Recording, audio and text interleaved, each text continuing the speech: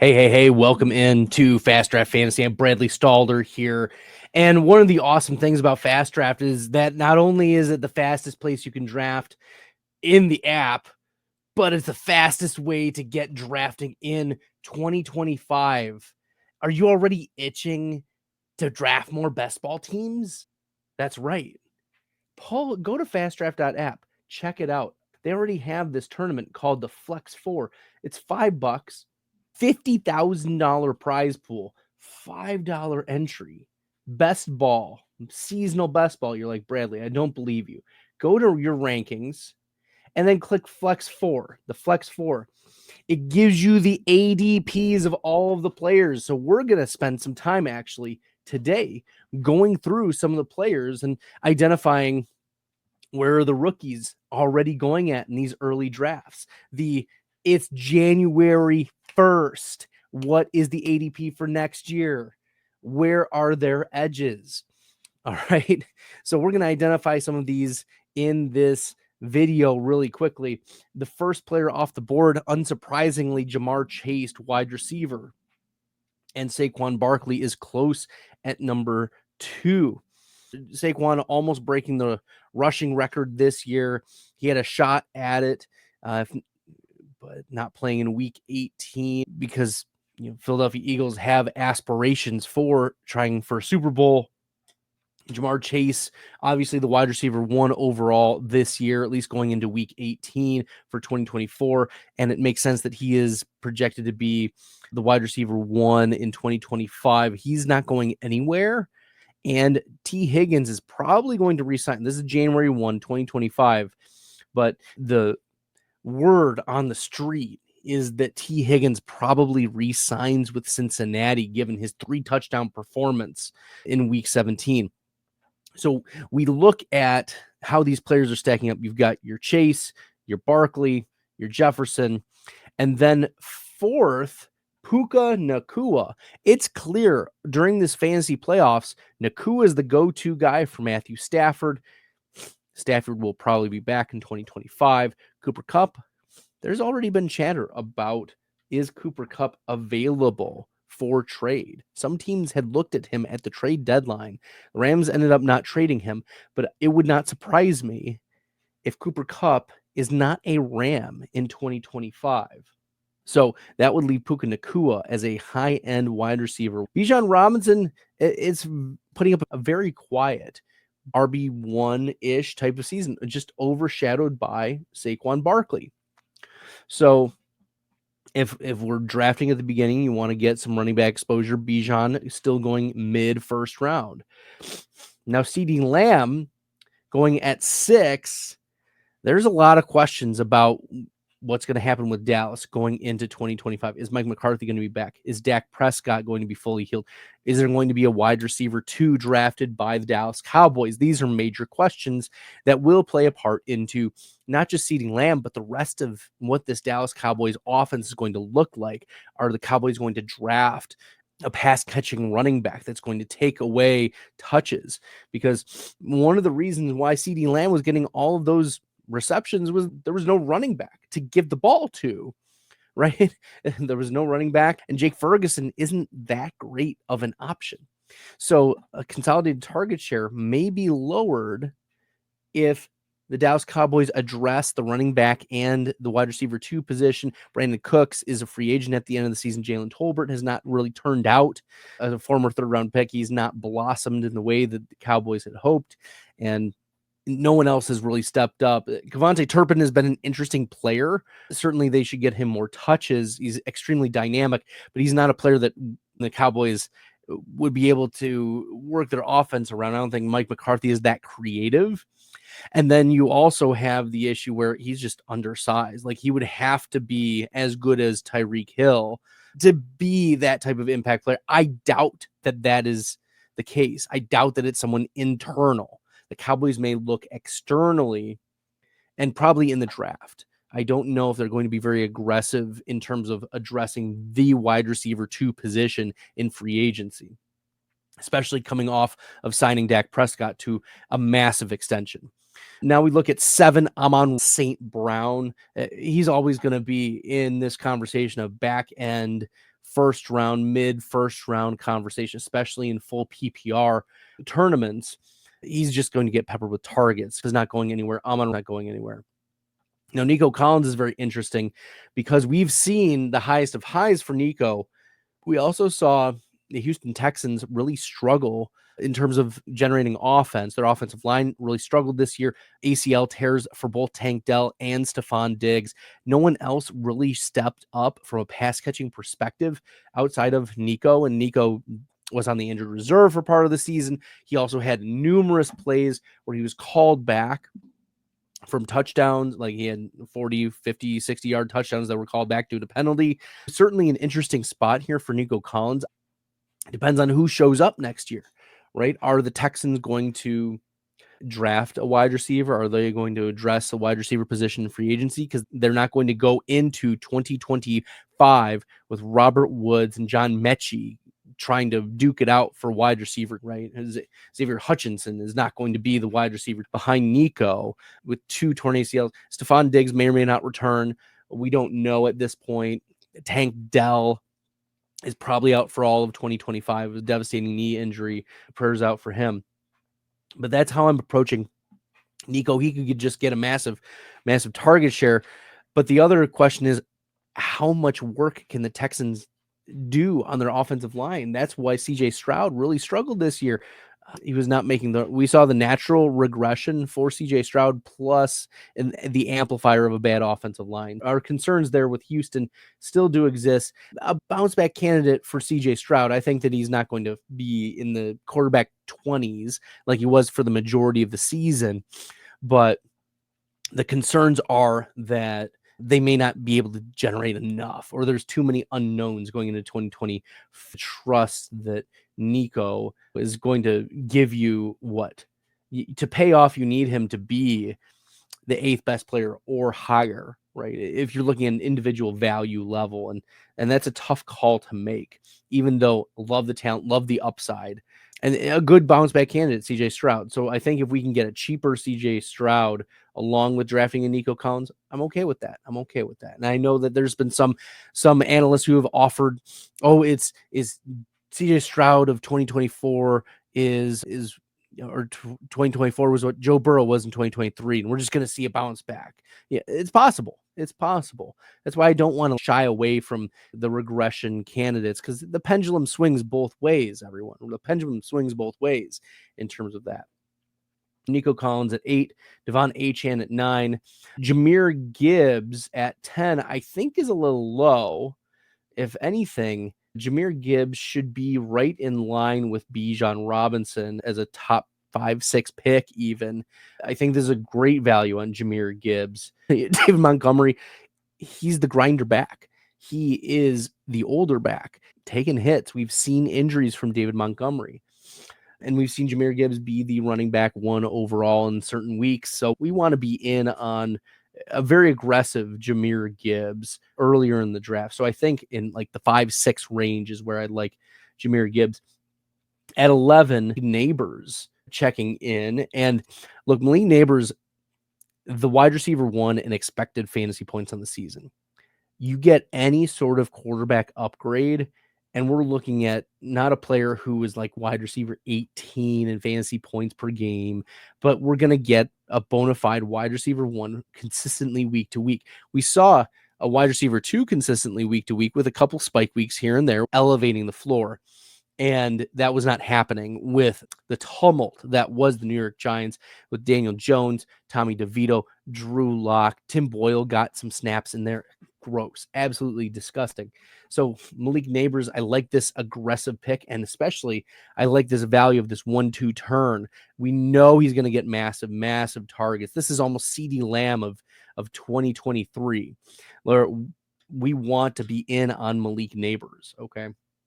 Brian Thomas as well has had massive spike weeks. Trevor Lawrence has been on the injured reserve for almost half the season. It feels that way.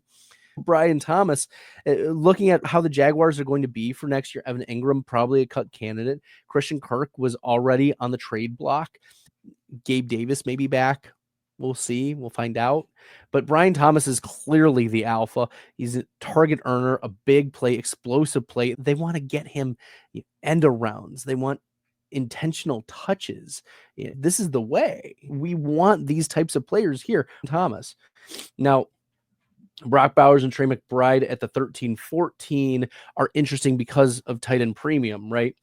And the amplifiers. So you could mega get a lift from Brock Bowers. I'm still sussing out, like for my own personal rankings, how I want these tight ends to work out. It's you need generational production from the tight ends, even in tight end premium, to pay off like a first round draft capital, because this is what it's pretty close to right now is Brock Bowers, Trey McBride. Even in tight end premium, you need generational production. And we saw good production from Trey McBride, top 5 production from Trey McBride, but the haters will all say, or the people will say, detractors, Bradley. He didn't score any touchdowns in 2024. I said, yeah, that's why I'm not upset at this. I'm not saying it's a bad value. Trey McBride, very good value here. Is it a great value is my question. I'm not sure yet because Kyler Murray, we're not sure if he's going to be a thing, right? Long term. He was not able to make it happen with Marvin Harrison as a top pick this year. The Cardinals are still picking near the top of the draft again in 2025. James Conner showed some flashes, but there's a lot of questions. Murray run a high-powered offense. Brock Bowers setting the record for most receptions by a rookie. That's wild. It's great in full PPR. So if I can get A.J. Brown, though, in the middle of the second round, sign me up. Sign me up all day. That's going to be a lot of fun. Derrick Henry, Jonathan Taylor, we all know what they are. Lad McConkey and Higgins, I think that's influenced by their week 17 production, where they had the multi-touchdown games, the spike weeks. Week 17 is very much colored, I think, this draft here. But we also have to take into account this is the mid-second round in PPR leagues. He is getting a 25% target share. He's the best receiver by far on the Chargers. And that's what I said at the beginning of the season when it was the question, who's going to be the wide receiver? Is it going to be Josh Palmer? Is it going to be Quentin Johnston? Is it going to be DJ Chark? Is it going to be McConkey by a mile? The question is the volume going to be there? And we've seen the volume increase. Harbaugh is trusting Herbert more and more to pass the ball, and that's great news for McConkey. I don't know if ADP 18 sits. That's certainly concerning, but back end of the second round, the 2-3 turn, I think that's great value for McConkey and Higgins. That's good value. Josh Jacobs, that's a tough one again. Very touchdown driven. We know Green Bay's plans were to involve Marshawn Lloyd a little bit more, but Lloyd was not able to stay healthy this year. They leaned into Josh Jacobs, but also gave a lot of touches to Emmanuel Wilson and Chris Brooks near the end of the season. I wonder if Josh Jacobs, this is probably peak Josh Jacobs. In Dynasty, you're probably sell him high. We have our first rookie on the board here, mid-second round, Ashton Jeanty. Right? This is the first glimpse of where we're going to see a rookie coming off the board, running back. And that's ahead of Chase Brown, ahead of Kyron Williams, ahead of Breece Hall, Bucky Irving at 25 at the 2-3 turn. Oh, that's so spicy. I don't hate it based on the running back rankings where they are right now. But wow, that is early. Chuba Hubbard is up there. Jonathan Brooks is out for probably the majority of 2025. I would be very surprised if we saw Jonathan Brooks at all next season. If we do, is he going to take anything away from Chuba Hubbard? I think the answer is no. So we'll keep scrolling down. Christian McCaffrey is 34th. We all know that Christian McCaffrey's upside is the running back one overall. There's no doubt about that. But the question is, availability is the best ability, and McCaffrey has struggled to be available due to a variety of different injuries. We'll see what McCaffrey's progress will look like over the course of the offseason. I'm not confident in that, but there's going to be some teams who are going to take swings on Christian McCaffrey, and I don't blame them. He offers a top RB1 overall. possibility. And San Francisco is going to roll out the same players over and over again. I think Pacheco is way too high in this list. Give me Kamara, give me Mixon over Isaiah Pacheco. It was clear, even when Pacheco's back, that Kareem Hunt was going to be very involved. So I think Pacheco is overvalued here. As we scroll down, Khalil Shakir, I think, is a little Khalil Shakir over Devonta Smith. That's a take. Khalil Shakir over Tyreek Hill. That's a take. TJ Hawkinson this low. That is also a take. He's got to be almost a round higher. I think TJ Hawkinson is undervalued in this draft. Tetero checks in as our first rookie wide receiver in round 6. So that's exciting. Ahead of Marvin Harrison, ahead of Cortland Sutton. That's interesting. Landing spot may play an important role there. And so looking at just who's the top 60, Jameson Williams, Pearsall had a big game in week 17 against the Lions defense, like are a bunch of third stringers. So I don't know how much you want to read into that, given that Brandon Ayuk will be back next year. Christian McCaffrey should be healthy, and George Kittle should be back as well. Pearsall should have some best ball appeal, no doubt, but not someone that I want high exposure to, at least at this point, right off the bat. This is pretty expensive, being like 62 overall. Looking the rest of the way, Chris Olave is undervalued at 69 overall. I think that's a great value. Rashee Rice is one that we're monitoring. If he stays at 74, auto click. I know that there's a lot of green grass this offseason, the ACL tear but remember, he only played in 3 games and left in the 4th game. So it ultimately comes down to when was the surgery for Rashee Rice. It's actually not an ACL. It's an LCL injury. He should be ready for the start of the season. However, there's also the legal issues for Rashee Rice that we want to address. Even so, I want some exposure to Rashee Rice. Okay. Wow. I went through the first 75 or so in pretty quick 20 minutes. Make sure you're downloading Fast Draft app. Use the promo code STACK for a 100% deposit match up to $25, and use the code Santa to purchase the all-in package on Player Profiler for $25. That's good until the end of. So make sure you're getting it. It's helpful to make your projections for next season. Emeka Egbuka for Ohio State. And yes, Ohio State at this point, January 1st, has crushed Oregon. They demolished them 42-21. Egbuka is supposed to be a back-end first-round pick. That's what a lot of the mock drafts have put him at. Some people have comped him to Pittsburgh Steelers, Juju Smith-Schuster, like a power slot Michael Thomas type of guy. So we'll see where he lands and whether a role is available to him right away as a first-round pick. My concern is that he'll get pegged like a Jackson Smith-Jigba and get relegated to the slot on a bad team. But maybe the Houston Texans could use Egbuka. That would be fun. CJ Stroud. They'd probably be picking around that spot. All right. Egbuka to the Texans. We're calling it January 1. We love it. Jordan Mason feels still pretty high here at 82 overall. Luther Burden is our next rookie wide receiver off the board, ahead of Samuel.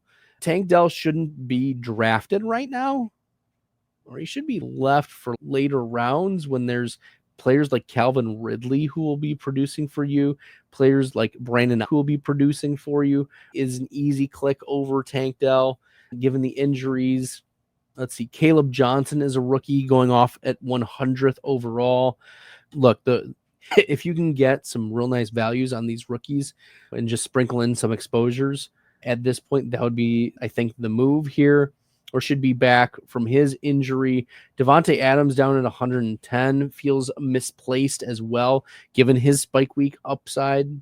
Just looking at these ADPs at this point, I know that this Flex 4 steps out of only top 60, but if these are the ADPs, then there are some players that I really do want increased exposure to. I think Romeo Doubs is still a nice value here at 134 overall, round 12. He was a consistent target earner. J.K. Dobbins at 137. Yes, yes, yes, yes.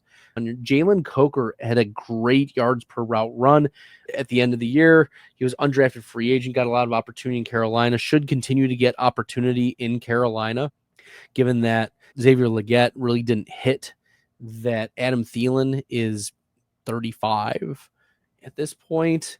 Thielen's been crushing it, but also Bryce Young, you have to know that that's not going to last very long.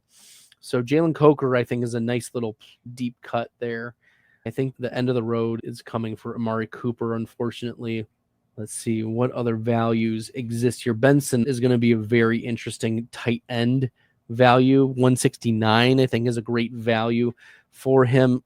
Zach Ertz may or may not return to Washington, but we all know the pathway paves the way for McBride, and it's just paving the way for Ben Sinnott. An interesting conversation over the offseason will be, where is Marvin Mims going to land in ADP? Right now, it's 168 overall is the ranking. And Mims, a player who hasn't exceeded 50% of snaps this season going into week 18. However, he's earned 5, 6, 7, 8 targets each of the last few games. Obviously, a big game against Cincinnati. But to be fair, there's a lot of teams who have had big games against Cincinnati. So I don't want to read too much into that. My concern is still that he's not earning enough snaps.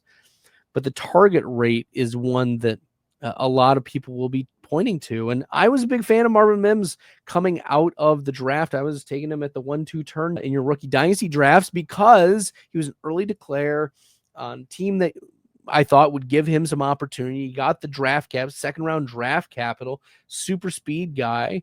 So I thought that he would be a good pick, and he's mostly busted unless you've taken him in some best ball leagues. Marvin Mims, very interesting there. Going to be a good conversation about him. Yeah, we're starting to get in some more of the rookies. Jonah Coleman.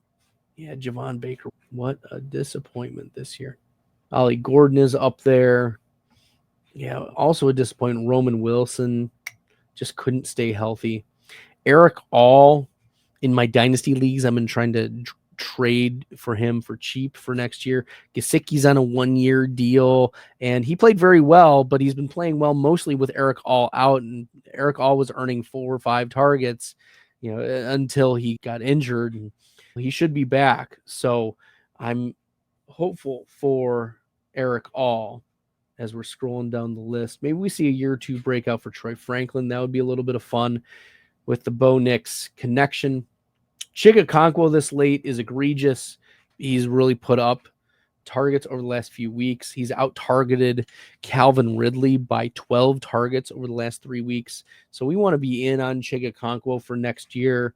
It's clear that the coaches like Chig, so I think that we should also be in on Chig. Michael Mayer, he needs to get on someone else. If you want to target him very late, 257 is far too late for a Michael Mayer. I think he gets traded this offseason. The Raiders need assets and not redundant assets. Michael Mayer, Brock Bowers. We saw Bowers being drafted at the 1-2 turn, obviously, so great value there.